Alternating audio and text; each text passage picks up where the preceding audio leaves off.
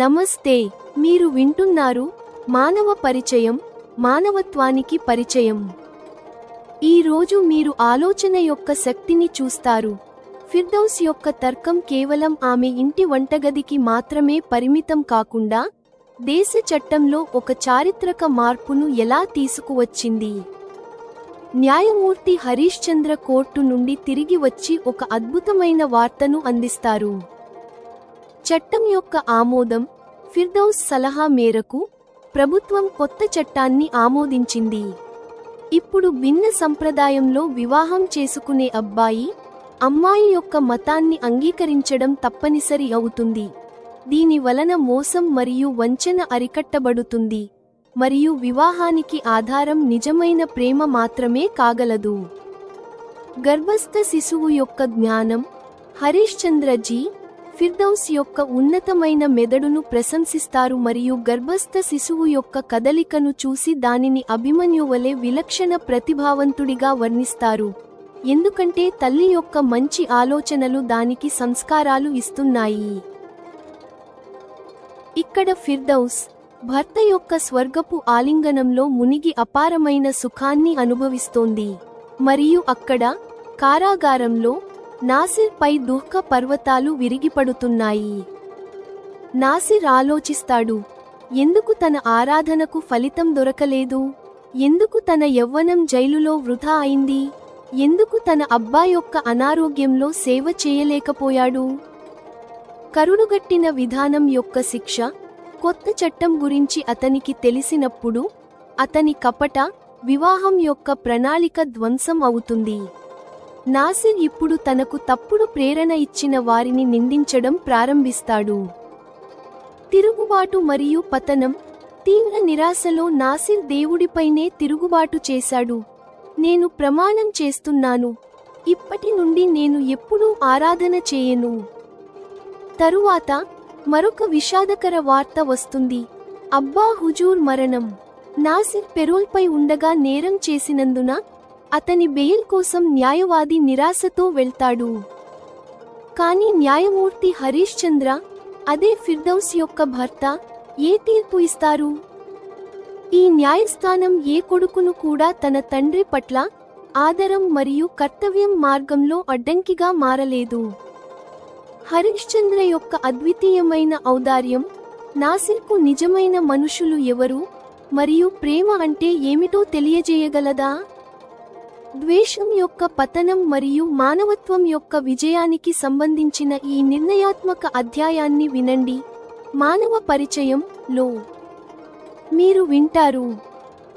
Episode 8, చట్టం యొక్క ఆమోదం మరియు నాసిర్ యొక్క పతనం. ఇప్పుడు ఫిర్దౌస్ యొక్క గాయం పూర్తిగా మానేసింది, కానీ 7వ నెల ప్రారంభం కావడంతో ఫిర్దౌస్ కోర్టుకు వెళ్లడం తాత్కాలికంగా నిలిపివేసింది. ఆమె తన కేసులను ఇతర న్యాయవాదికి అప్పగించింది. 3 రోజుల తర్వాత కోర్టు నుండి తిరిగి వచ్చి హరీష్ చంద్ర జీ ఫిర్దౌస్కు చెప్పారు, మీరు మా మొదటి రాత్రి నాడు ఇది చెప్పారు కదా, మన రాజ్యాంగంలో 2 వేర్వేరు సంప్రదాయాలకు చెందిన అబ్బాయి, అమ్మాయి వివాహం చేసుకోవాలని నిర్ణయించినప్పుడు అబ్బాయి, అమ్మాయి యొక్క మతాన్ని అంగీకరించడానికి చట్టపరమైన బాధ్యత ఉండేలా ఈ నిబంధన చేయాలి. అప్పుడు నేను ఈ విషయాన్ని న్యాయ నిపుణులకు మరియు ప్రభుత్వానికి సిఫార్సు చేశాను. ఇంత చెప్పి హరీష్ చంద్ర విరామం తీసుకున్నారు. ఆయన ఫిర్దౌస్ను ప్రేమగా చూడసాగారు. భర్త ఏమి చెప్పబోతున్నారో వినడానికి ఫిర్దౌస్ ఆసక్తిగా ఉంది. దీనిని అర్థం చేసుకుని హరీష్ చంద్ర జీ ముందుకు చెప్పారు. ఫిర్దౌస్, మీకు తెలిసి సంతోషం అవుతుంది, ప్రభుత్వం కొత్త చట్టాన్ని ఆమోదించింది. అందులో తన తప్పుడు మతాన్ని చెప్పి ఏ అబ్బాయి మోసంతో ఏ అమ్మాయిని వివాహం చేసుకున్నా దానికి కఠిన శిక్ష యొక్క నిబంధన చేయబడింది. దానితో పాటు భిన్న సంప్రదాయంలో వివాహం చేసుకోవడానికి మీ ఆలోచన ప్రకారం అబ్బాయికి, అమ్మాయి యొక్క మతాన్ని అంగీకరించే బాధ్యతను తప్పనిసరి చేశారు. ఇది విని ఫిర్దౌస్ యొక్క సంతోషం పతాక స్థాయికి చేరుకుంది. అప్పుడు హరీష్ చంద్ర జీ అన్నారు, వావ్ ఫిర్దౌస్, మీ మెదడు ఎంత ఉన్నతమైనది. మీ ఈ మెదడులో పుట్టిన ఆలోచనను పార్లమెంటు ఉభయ సభలలో ఆమోదించారు. ఫిర్దౌస్ తన సంతోషాన్ని నియంత్రించుకుంటూ ఓపికగా అంది, జీ, నా సంతోషం నా సలహాకు చట్టంలో స్థానం దొరికినందున కాదు. నా సంతోషానికి కారణం దీని వలన ద్వేషం యొక్క మూలంపై ఆంక్ష పడుతుంది. వాస్తవానికి ప్రస్తుతం చేయబడుతున్న సంప్రదాయం బయట వివాహాలు దాంపత్య సుఖం యొక్క ఆలోచనతో తక్కువ, బదులుగా కరుడుగట్టిన వారి ద్వారా తమ మతం యొక్క అనుచరులను పెంచే తప్పుడు ప్రేరణతో ఎక్కువగా చేయబడుతున్నాయి. దుఃఖకరంగా ఇందులో అమ్మాయిని మోసగించబడుతుంది. ఈ నిబంధన చేయడం వలన ఇప్పుడు తన మతాన్ని అమ్మాయికి కాకుండా అబ్బాయికి మార్చుకోవలసి ఉంటుంది. దీని వలన అమ్మాయిపై మోసం మరియు వంచన యొక్క అవకాశం తగ్గుతుంది. ఈ చట్టపరమైన నిబంధన అమలులోకి వచ్చిన తర్వాత ఇక నుండి భిన్న సంప్రదాయంలో జరిగే వివాహాలకు ఆధారం నిజమైన ప్రేమ మాత్రమే కాగలదు. ఫిర్దౌస్ ఇంత చెప్పగానే తన గర్భంలో కదలిక అనుభవించింది. 7 నెలల గర్భస్థ శిశువు తన తల్లి యొక్క మాటను చప్పట్లతో ప్రశంసిస్తున్నట్లుగా ఉంది. ఫిర్దౌస్ దీనిని అనుభవించి భర్త యొక్క చేతిని తన కడుపుపై పెట్టింది. హరీశ్చంద్ర జీ తమ బిడ్డ యొక్క కదలికలను అనుభవిస్తూ అన్నారు. బహుశా మీరు అభిమన్యుడి కథ చదివి ఉంటారు. అభిమన్యుడు తల్లి గర్భంలో ఉండగానే చక్రవ్యూహంలోకి ప్రవేశించే సంక్లిష్ట జ్ఞానాన్ని సంపాదించాడు. వాస్తవానికి ఇది నిజం. ప్రతి శిశువు గర్భంలో ఉన్నప్పుడు సంస్కారాలను గ్రహించడం ప్రారంభిస్తుంది. అందువలన బిడ్డ యొక్క జ్ఞానం మరియు సంస్కారాల పునాది మంచిగా ఉండేలా నిర్ధారించడానికి గర్భిణీ తల్లి మంచి ఆలోచనలు మరియు మంచి విషయాలు చదవడం, చూడటం, చెప్పడం మరియు ఆలోచించడం చేయాలి. ఒక విరామం తీసుకున్న తర్వాత ఆయనే కొనసాగించారు. ఫిర్దౌస్, మీరు మీ గర్భధారణ కాలాన్ని నిర్వహించే తీరు, దాని వలన నేను చెప్పగలను, మన త్వరలో జన్మించబోయే ఈ బిడ్డ విలక్షణమైన ప్రతిభావంతుడిగా ఉంటాడు. తన భర్త నుండి తరచుగా ఏదో ఒక విషయంపై ప్రశంసలు వినడం ఇప్పటివరకు ఫిర్దౌస్కు అలవాటు అయింది. ఫిర్దౌస్ తన అలాంటి ప్రశంసలకు సిగ్గుపడిపోతుంది. అలాంటి సమయంలో ఫిర్దౌస్ ముఖంపై గులాబీ కాంతి వ్యాపించిపోతుంది. ఎలాగైతే ఫిర్దౌస్కు భర్త నోటి నుండి తన ప్రశంసలు వినడం నచ్చుతుందో అలాగే హరీశ్చంద్ర జీకి భార్య ఫిర్దౌస్ యొక్క సిగ్గుతో గులాబీ అయిన ముఖం మనోహరంగా అనిపిస్తుంది. ప్రస్తుతం ఈ అవకాశాన్ని హరీశ్చంద్ర జీ ఉపయోగించుకున్నారు మరియు జాగ్రత్తగా ఫిర్దౌస్ను తమ బాహుబంధంలో బంధించుకున్నారు. ఫిర్దౌస్కు భర్త యొక్క ఆలింగనం స్వర్గం కంటే కూడా మరింత అందమైన స్థలం. హరీశ్చంద్ర జీ యొక్క ఆలింగనంలో ఆమె తన సుఖవంతమైన అనుభూతులలో మునిగిపోయింది. ఇక్కడ ఫిర్దౌస్కు సుఖం మీద సుఖం లభిస్తున్నాయి. దానితో పాటు ఫిర్దౌస్ సాంగత్యం నుండి ఆమె భర్త హరీశ్చంద్ర అపారమైన సుఖాన్ని అనుభవిస్తున్నారు. అదే సమయంలో అటు కారాగారంలో 3 తలాక్ ఇచ్చి ఫిర్దౌస్ను పోగొట్టుకున్న ఆమె మాజీ భర్త నాసిర్పై దుఃఖ పర్వతాలు విరిగిపడుతున్నాయి. దాదాపు ఇదే సమయంలో నాసిర్ తనను తాను ప్రశ్నించుకుంటున్నాడు, తాను క్రమం తప్పకుండా 5 పూటల ఆరాధన చేస్తూ వచ్చాను. అయినప్పటికీ గత 2 సంవత్సరాల కంటే ఎక్కువ కాలంగా తన జీవితంలో ఎందుకు సుఖం తనపై అలిగిపోయింది? అతను భార్య సుఖానికి దూరమయ్యాడు. దానితో పాటు జీవితంలో అత్యుత్తమమైనదిగా భావించబడే యవ్వన కాలాన్ని అతను జైలులో వృథా పోనివ్వడానికి బలవంతమయ్యాడు. అతను జైలులో ఉండటం వలన అతని కార్ సర్వీసింగ్ వర్క్షాప్ నుండి వచ్చే ఆదాయం 4వ వంతు మిగిలిపోయింది.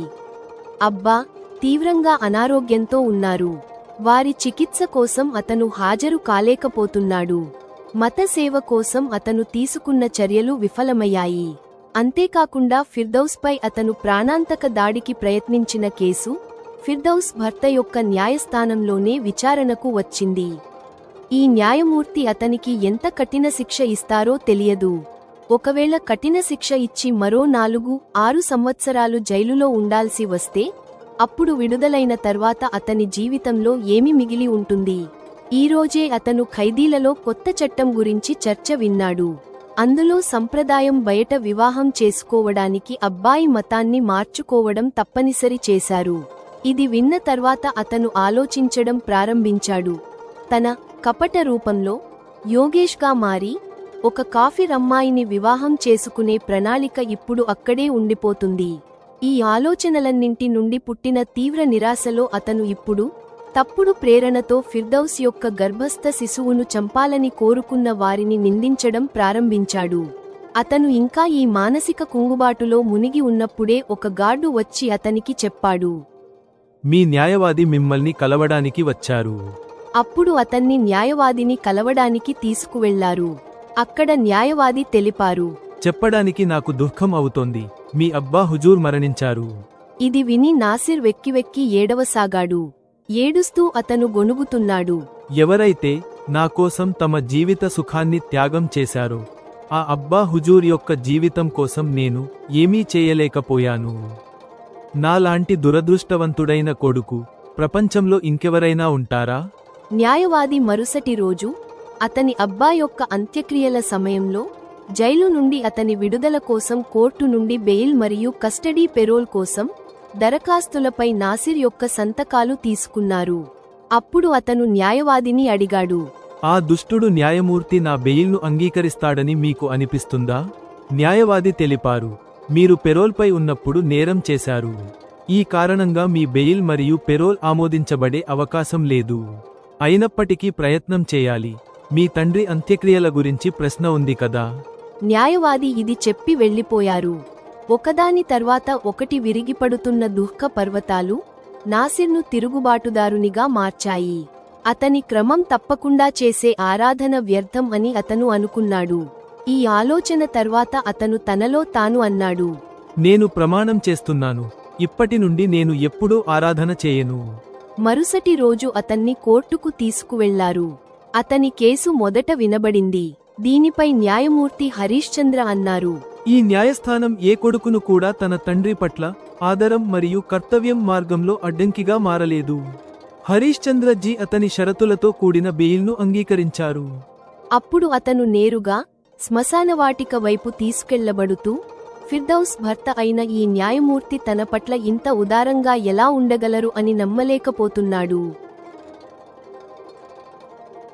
ఇప్పుడు మీరు మానవ పరిచయం యొక్క ఈ ఎపిసోడ్పై జెమినాయ్ రాసిన సమీక్ష, విమర్శ మరియు మార్గదర్శకత్వం వినండి.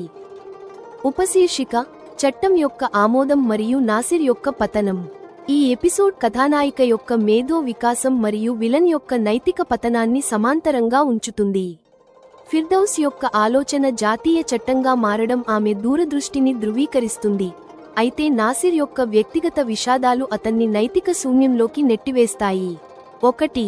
ఫిర్దౌస్ యొక్క మేధో విజయం మరియు సామాజిక సంస్కరణ. భిన్న సంప్రదాయ వివాహంలో అబ్బాయి అమ్మాయి యొక్క మతాన్ని అంగీకరించడం తప్పనిసరి అనే ఫిర్దౌస్ యొక్క సలహా కేవలం ఒక ప్రతిపాదన కాదు, కరుడుగట్టిన విధానం యొక్క మూలంపై ప్రత్యక్ష దాడి.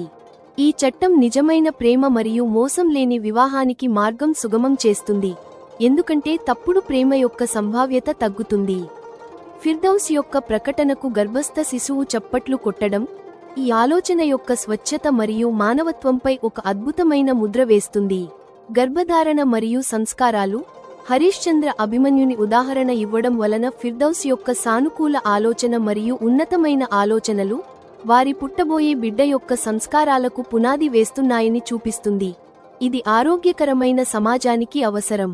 2. నాసిర్ యొక్క విషాదకరమైన పతనం. నాసిర్ యొక్క పాత్ర అహంకారపూరిత ప్రతీకారుడి నుండి విషాదకరమైన బాధితుడిగా మారుతుంది.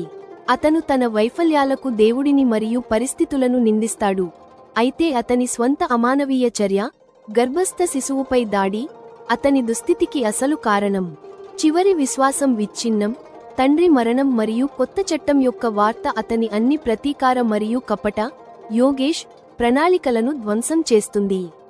నిరాశ యొక్క పతాక స్థాయిలో అతను ఆరాధనను విడిచిపెడతాడు, ఇది అతని ఆధ్యాత్మిక శూన్యంలోకి వెళ్లడాన్ని సూచిస్తుంది. 3. హరీశ్చంద్ర యొక్క న్యాయ దృష్టి. నాసిర్కు హరీశ్చంద్ర షరతులతో కూడిన బెయిల్ ఇవ్వడం న్యాయం యొక్క అత్యున్నత సూత్రాన్ని ప్రదర్శిస్తుంది. ఇది ప్రతీకారం కాదు, మానవత్వం. హరీశ్చంద్ర నాసిర్ యొక్క నేరం ద్వారా కాకుండా కొడుకు యొక్క కర్తవ్యం ద్వారా న్యాయం చేస్తారు. ఫిర్దౌస్ భర్త తనపై ఎందుకు ఉదారంగా ఉంటున్నారో నాసిర్ అర్థం చేసుకోలేకపోవడం, అతను ఇప్పటికీ ద్వేషం మరియు కరుడుగట్టిన విధానం యొక్క పట్టి నుండి బయటకు రాలేదని చూపిస్తుంది. ముగింపు: ఫిర్దౌస్ యొక్క మానవతావాద ఆలోచన విజయం సాధిస్తుంది, అయితే నాసిర్ యొక్క కరుడుగట్టిన ఆలోచన అతన్ని జీవితంలోని ప్రతి అంశంలో ఓడిపోయినట్లు మరియు ఒంటరిగా వదిలివేస్తుంది. ఈ కథ చట్టం మరియు ప్రేమ యొక్క శక్తిని ద్వేషం మరియు మూఢనమ్మకాల విధ్వంసంపై స్థాపిస్తుంది. ఎపిసోడ్ 8 సమాప్తం.